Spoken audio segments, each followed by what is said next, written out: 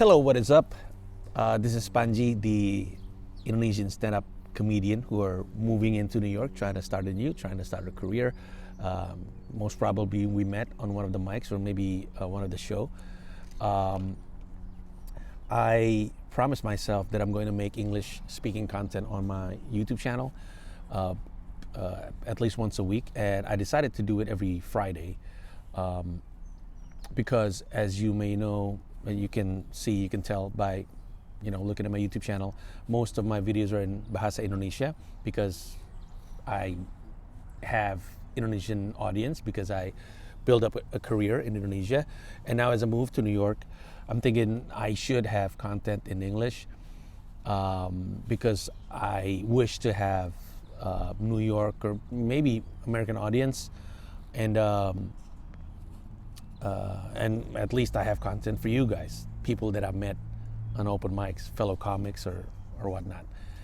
And I may not know, I don't know yet the name of the content. I have ideas, but I haven't decided yet. And I may not know what I'm going to talk about. But in general, I would say it's at least the first 10 would be about comparing like the differences, Jakarta and New York, US and Indonesia, especially in the stand-up comedy scene. This particular video, I want to talk about the difference with the stand-up comedy scene in New York and in Indonesia in general, and Jakarta specifically. Because later on I want to talk about the differences and the difference of the comedians in New York and comedians in Indonesia, the difference of type of jokes, the difference of open mics, the differences in how comedians build up career. But to start it off, I think to make a at least the groundwork of it, I wanna make a comparison. I want to compare the scene, the differences between New York and maybe US and Jakarta and Indonesia in general. I'd like to take several steps back and try to remind you that Indonesia, my country, it's a huge country. I think in terms of width, it's similar with the US, East Coast to West Coast, but the difference is we are on 17,000 island. It's one of the largest archipelagos in the world, if not the largest archipelago in the world. It consists of a lot of islands, and it has 34 provinces, I think. Maybe it's similar in the US, maybe it's similar to states. We have province. I don't know if that's true, but we have 34 provinces, and I live in Jakarta, which is a province in itself, but it's also a city. It's a province of Jakarta Greater City, and Jakarta is divided into 5 areas, whereas in New York you have 5 boroughs like Manhattan, Brooklyn, Queens, Long Island, and Bronx, is it? In Jakarta we have Northern Jakarta, South Jakarta, East Jakarta, West Jakarta, and Central Jakarta. And if you're familiar with Bali, Bali is just one island of 17,000. And the city is actually Denpasar in Bali. In Bali Island, the city is Denpasar. If you fly to Bali, you touch down in Denpasar Airport. And okay, so the difference, one of the major differences between New York and Jakarta in Indonesia is, let me just tell the history of it. The Indonesian stand-up comedy scene are a very young scene. We blew up in 2011. 2011, imagine that. You have comedians in the years of Larry Bruce and what was that? That was our 60s, is it? 50s? I don't know. But yeah, it's not that it didn't exist before. It's just that in Indonesia, for a very long time, when you're talking about comedians, we always talk about comedians in groups. We have legendary comedy groups in Indonesia. We have, just to name a few, Sri Mulat, and Warkop and Bagito. They're all groups. Jayakarta, Empat Sekawan. No, that's not it. What's the name? A lot of groups. So at the minimum, the groups are in twos. Like Abdel and Tamon. These are two comedians. They perform together in groups. Warkop DKI is one of the legendary groups in Indonesia. Consists of 3 comedians. Bagito consists of 3 comedians. A lot of the groups are in threes, maybe to make it easy to divide on the checks. But culturally, Indonesia have always had this single comedian telling jokes, but generally it's always been used to open a show. Like for instance, Sri Mulat as a comedy group, it consists of they make sketches basically. These group, they make sketches, except Warkop. Warkop does sketches sometimes, but they also do somewhat like a stand-up, but they're doing it in threes. They talk about social issues and politics. The same with Bagito, and so a lot of these sketches started with one comedian going out the stage and then talk to the audience, telling funny stories, funny situations, and then after 15 minutes to 20 minutes, other comedian comes in the stage and then the sketch starts. So the idea of having one person comedian speaking to the audience is a familiar thing culturally, and there have been comedians who are known to perform by themselves, but we never call it stand-up comedy, right? You know how comedy is, or I think around the world comedy is similar, but the name of it are different. And in 2007, one person, his name is Ewell, he is actually the very first stand-up comedian in Indonesia. He actually calls himself a stand-up comic, and it's the first 2007. But since then, for a very long time, there haven't been like a boom in stand-up comedy. I've always wanted to be a stand-up comic, but I never thought the idea of being a stand-up comedian is possible in Indonesia, because there is no stand-up comedy scene in Indonesia, let alone the industry.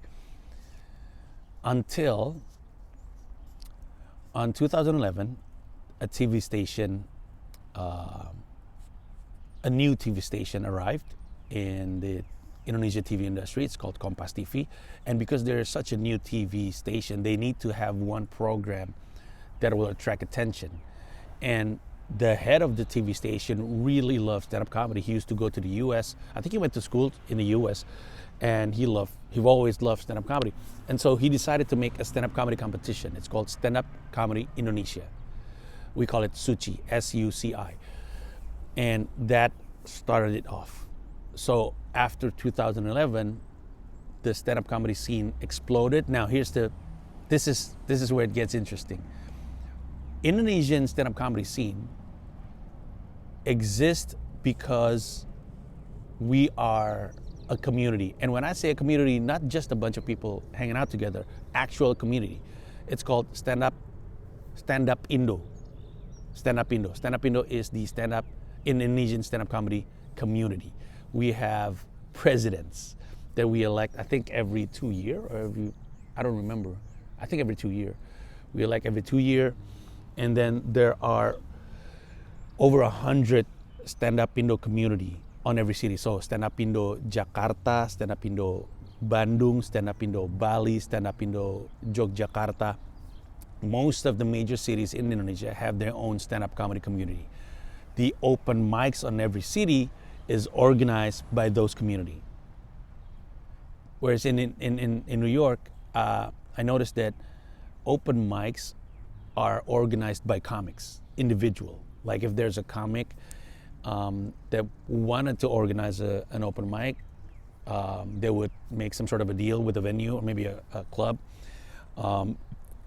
maybe $5 a mic, and then they split it with the venue, and the comic gets money. But most of the time, at least this is what they told me, it's more like they have a place where they can, practice their bit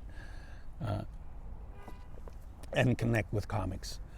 But in Indonesia, every open mic is organized by this community. For instance, like let's say in Jakarta, there's also 5. In Greater Jakarta, there's I think 8 to 9 communities. Stand Up Indo Central Jakarta, Stand Up Indo East Jakarta, Stand Up Indo West Jakarta, Stand Up Indo North Jakarta, Stand Up Indo South Jakarta, Stand Up Indo Tangerang, Stand Up Indo Bekasi, Stand Up Indo Depok. Bekasi, Tangerang, Depok is like Jersey to New York,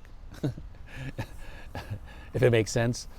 And yeah, so every community has their own head of the community, the leader of the community, and they organize the community to find a venue to perform, to do open mics, and to organize the comics. We organized ourselves on WhatsApp group, and so on a weekly basis, I think every week all around Indonesia there's always open mics. But the difference is comics in Indonesia, they don't pay to do open mics, and the people watching comedy, they don't pay to watch it. It's kind of tough. It's pretty weird. It's pretty different compared to New York. Why it is free? Because one, it's relatively new. In New York, I realized that nobody goes to mics to watch comedy, because on a daily basis there are probably like 20 to 25, maybe 30 paid gigs, paid comedy shows, right? People in New York would be like, why would I go to open mics? There are shows that I can pay for maybe $7 to $10 to $15 that are just proven comedians, right? In Indonesia, we don't have that. The only consistent, we used to have that prior to the COVID. I organized myself. I have a company, it's called Komika, Comika, which is a stand-up comedy company, a management, a promoter, digital platform, media, and everything else. And we organized, in Jakarta, we organized 3 weekly paid shows in Jakarta, Monday, Thursday, and Friday. And then COVID arrives, and then we did that for, I think, over a year, maybe 2 years. But then we never get back to it ever since the COVID, because things are still pretty shady COVID-wise in Indonesia. But yeah, we don't have shows like that. In Jakarta, on a weekly basis, there are probably 9 to 10 mics a week. Imagine that.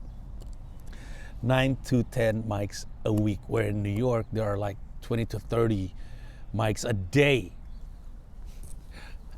A friend of mine asked me, all you do is going to mics here in New York. You don't watch the Knicks. You don't go to Broadway. You don't, go places. You don't do, you don't go around. And he asked why. I mean, you're from Jakarta. It would make sense when you go to New York, you do these things. And I was like, yeah, but the reason why I go to New York is because of all the mics that are available. Imagine I came from a city, only 10 mics a week, and now I'm in New York, there are 20 to 30 mics a day. So you can imagine it's like kid in a candy store, right? And, the open mics are the attraction to me. And so it's very different.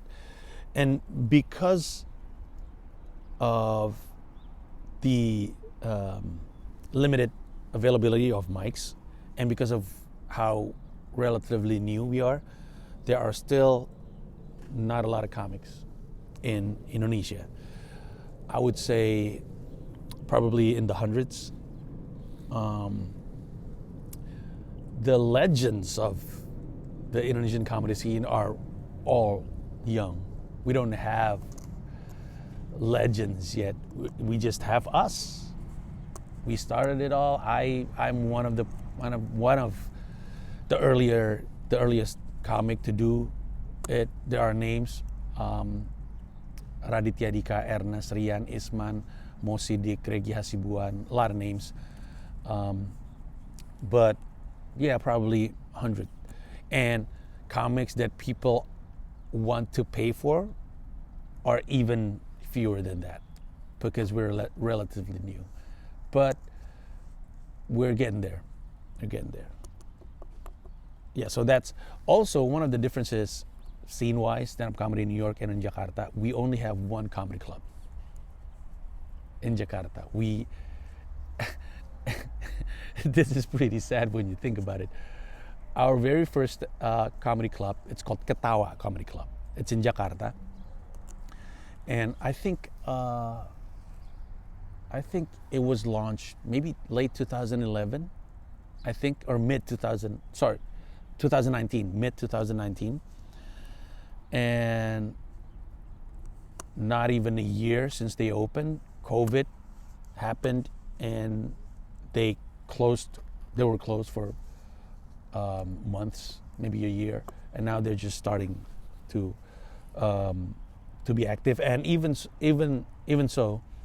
it's the mics, the open mics in Jakarta, Indonesia, is still free for the audience and free for the comics. I think it's going to be free for the comics for a very long time, but not free for the audience, because we're having problem with it. It's different. I'm gonna talk about specifically about open mics maybe later on. But yeah, we only have one comedy club, and we all love the comedy club. It's our first. I cried actually when I first stepped on the stage, because we started the comedy scene, the stand-up comedy scene in 2011, and then 8 years later in 2019 we have our first comedy club. And when I first stepped on the stage, I cried, because it's what we've been wanting to have, and we still only have one real comedy club in Jakarta. It's Ketawa Comedy Club. What else? What's the difference between the comedy scene? Yeah, I think that would be it for now. Just to lay down the groundwork for future topics. I would very much appreciate it if you drop the comments if you have any question regarding the Indonesian stand-up comedy scene, or maybe you want to know the differences with New York, and maybe you might have an idea of what topics you want me to talk about for next week's episode, for next Friday. I'm thinking about maybe the differences between Indonesian comics and US comics, the difference in open mics in the US and in Indonesia, or maybe something else. Maybe you have other ideas. I actually need this content so I can just speak, English regularly. I mean, more than I have to, because I still think in Bahasa Indonesia. I need to switch it, and I need to think in English in order to help me write bits, because it's still hard. It's not even though people might say that I have good English, but it's still not my main language. I have to think before I say things. It's not reflex. Sometimes I envy comics when I watch open mics. They can just speak. They can just talk because it's their language. They don't have to think. A lot of them, it seems like they didn't ponder what they were about to say. But for me, every time I talk, every time I speak in English, I have to think about it. And it's a little bit of a problem, because it makes it slower for me to develop my act. Hopefully one day I have an act. But that's it for right now. Thank you very much for watching, and to all my Indonesian audience. Don't act like an asshole in the comment section. Just be supportive of all the other English-speaking audience that wants to comment. That's it for me. I'll see you guys next week. Bye-bye.